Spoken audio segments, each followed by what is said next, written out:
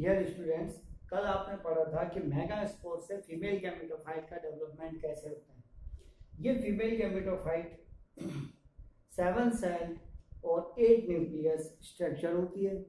इससे आगे जाकर के फर्टिलाइजेशन होता है और फर्टिलाइजेशन के बाद में एम्ब्रियो का डेवलपमेंट होता है। आज का टॉपिक है the process of embryo development in flowering plant. पुष्पीय पादपों में भ्रूण का निर्माण की क्रिया विधि। तो आप सभी जानते हैं जब फर्टिलाइजेशन होता है तो एक एग और एक पॉलन ग्रेन की सेल आपस में मिलती है और मिलकर के एक डिप्लॉयड स्ट्रक्चर बनाती है। इस डिप्लॉयड स्ट्रक्चर को जायगोट बोलते हैं।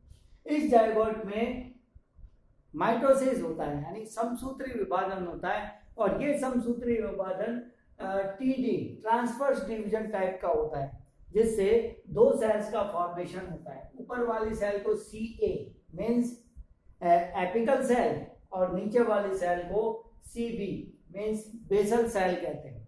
अब आगे इन दोनों ही सेल्स के अंदर डिवीजन स्टार्ट हो जाता है, परंतु जो एपिकल सेल होती है उस एपिकल सेल में लॉन्गिट्यूडिनल डिवीजन यानी लंबवत विभाजन होता है।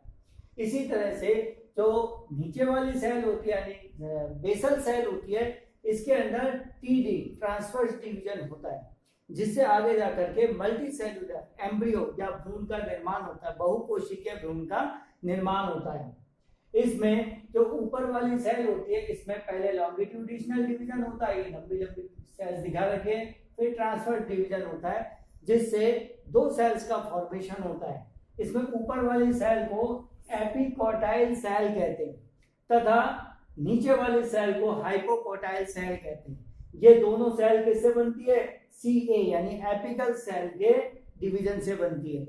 इसी प्रकार नीचे की ओर जो ट्रांसफर डिवीजन होता है बेसल सेल में, इस बेसल सेल के अंदर 6 to 8 सेल 6 से 8 कोशिकीय सस्पेंसर या निलंबक का निर्माण होता है। सस्पेंसर या निलंबक का निर्माण होता है।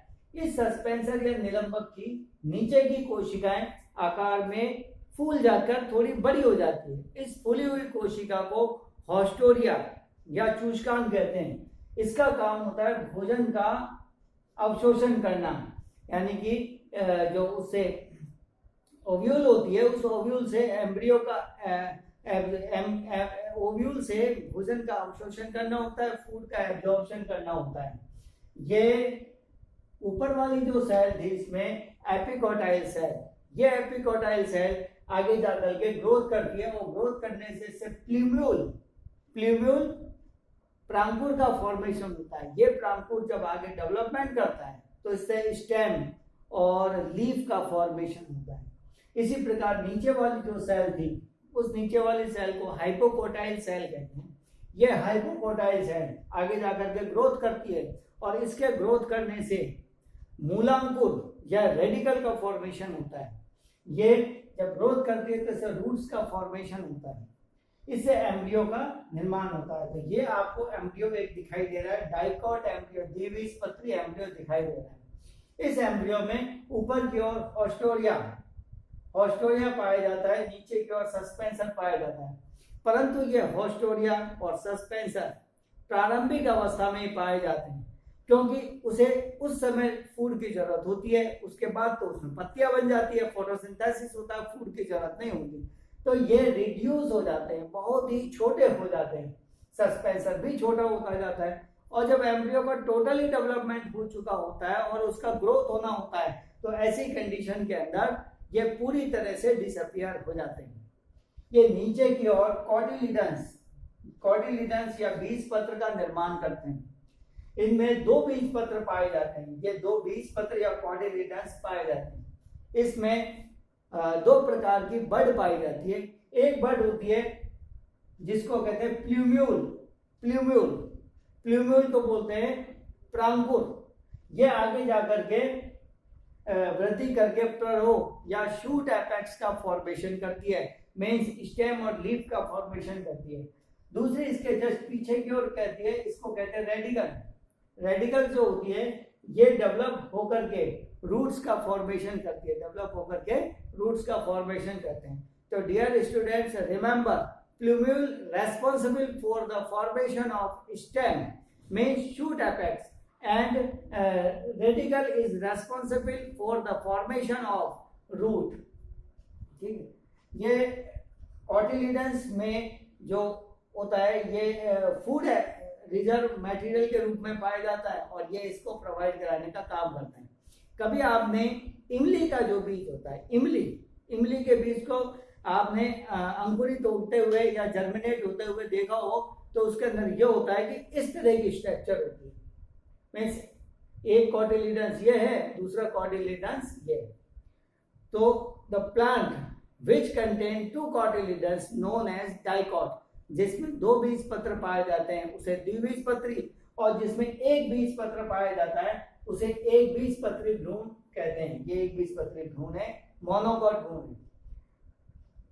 अगर क्वेश्चन ये होता है कि describe the development of embryo in dicot plant, then you should write only dicot embryo। और यदि क्वेश्चन ये हो जाता है describe the formation of monocot embryo, then इसको आप नहीं बनाएंगे और जिसको आप बना लेंगे सारी स्ट्रक्चर वही है, हॉस्टोरिया, सस्पेंसर, रेडिकल हो गया, प्लूवियल हो गया, कॉटिलिडन्स हो गया, पर इसमें एक बनेगा और इसमें दो बनेंगे, क्योंकि ये तो डिफरेंस है मोनोकॉट और डाइकॉट में। तो इस तरह से जो भी क्वेश्चन होगा उसके अकॉर्डिंग इसको करना होगा। फिर एक बार सुनिए कि जब एम्ब्रियो का डेवलपमेंट हमेशा जायगोट से होता है, जिसका फॉर्मेशन फर्टिलाइजेशन से होता है, यानी एग और स्पर्म जो फ्यूज होकर के डिप्लॉयड जायगोट का फॉर्मेशन करते हैं। इसमें सबसे पहले टीडी होता है, सी ए और C B apical and basal cell का फॉर्मेशन होता है। एपिकल सेल में एलडी, नीचे वाली सेल में टीडी होता है। इससे एलडी से एक फूली हुई संरचना बनती है। इसमें टू टाइप ऑफ सेल बनती है, ऊपर वाली सेल को एपिकोटाइल और नीचे वाली सेल को हाइपोकोटाइल कहते हैं।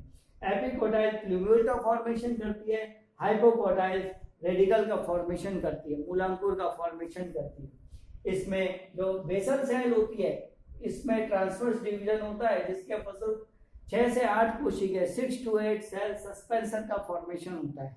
यह सस्पेंसर एक लंबी स्ट्रक्चर होती है जो इसको एपिकोटाइल और हाइपोकोटाइल को ऊपर की ओर थामे रखती है। लेकिन जब डेवलपमेंट हो रहा होता है तो इसके पास तो कोई लीफ नहीं है ना, कोई क्लोरोप्लास्ट भी नहीं है, कैसे फोटोसिंथेसिस करेगा? इसका आगे जाकर के फूड कहाँ से आएगा? तो इसके लिए स्टूडेंट्स ये एक स्पेसिफिक स्ट्रक्चर बनते हैं जिसको हॉस्टोरिया या चूषकांग कहते हैं। ये हॉस्टोरिया फूड को न्यूसिलस जो ओव्यूल में पाया जाता है उसे एब्जॉर्ब करने का काम करता है।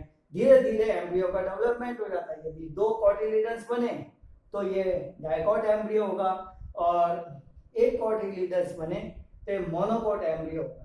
हमेशा ध्यान रखिए जो प्लूमियल होता है उससे स्टेम एंड रूट, जिसको टोटली कहते हैं शूट एपेक्स का फॉर्मेशन होता है, और जो रेडिकल होता है इस रेडिकल से रूट का फॉर्मेशन होता है।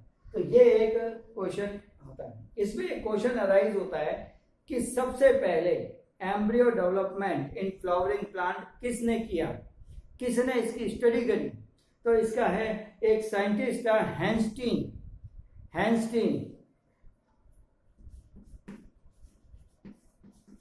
ये इस हैंस्टीन ने कैप्सुला, एक प्लांट है कैप्सुला नामक प्लांट के अंदर इसकी स्टडी की थी। उसके बाद में तो बहुत से साइंटिस्टों ने इसकी स्टडी कर ली गई है और इससे इस तरह से प्लांट का फॉर्मेशन होता है। एम्ब्रियो के निर्माण की क्रिया को एम्ब्रियोजेनेसिस कहते हैं। यहाँ से यहाँ तक का जो प्रोसेस है वो एम्ब्रियोजेनेसिस कहलाता है। अगर इसको डिफाइन करें, the formation of embryo from the diploid zygote known as embryogenesis. द्विगुणित जायगोट से भ्रूण के बनने की क्रिया को भ्रूणोद्भव या एम्ब्रियोजेनेसिस की क्रिया कहते हैं। तो इस तरह से एम्ब्रियोजेनेसिस होता है। ठीक है बच्चों, आप इस लेसन के अंदर मैंने जितने भी टॉपिक्स थे उनको क्लियर किया है। और भी कोई छोटे मोटे टॉपिक रह जाते हैं या कोई क्वेश्चन रह जाते हैं तो आप मुझसे फोन के माध्यम से पूछ सकते हैं। Thank you.